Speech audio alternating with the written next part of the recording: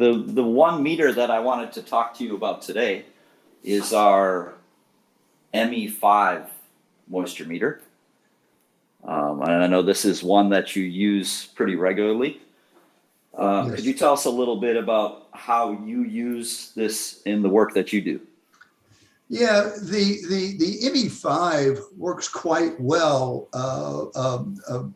as a comparative meter. In other words, I can find a wet spot in a tile, floor, or wall. I can find different wood moisture contents.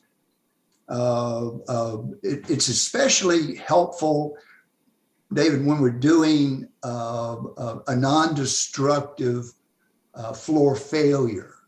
Okay, when a floor fails, we automatically look to the reason why, of which moisture is a huge contributor to failures of existing floors. So that is where the ME5 comes in most of the time. It has other features, of course, but the hunt for the culprit of moisture is what we are after primarily on a daily basis.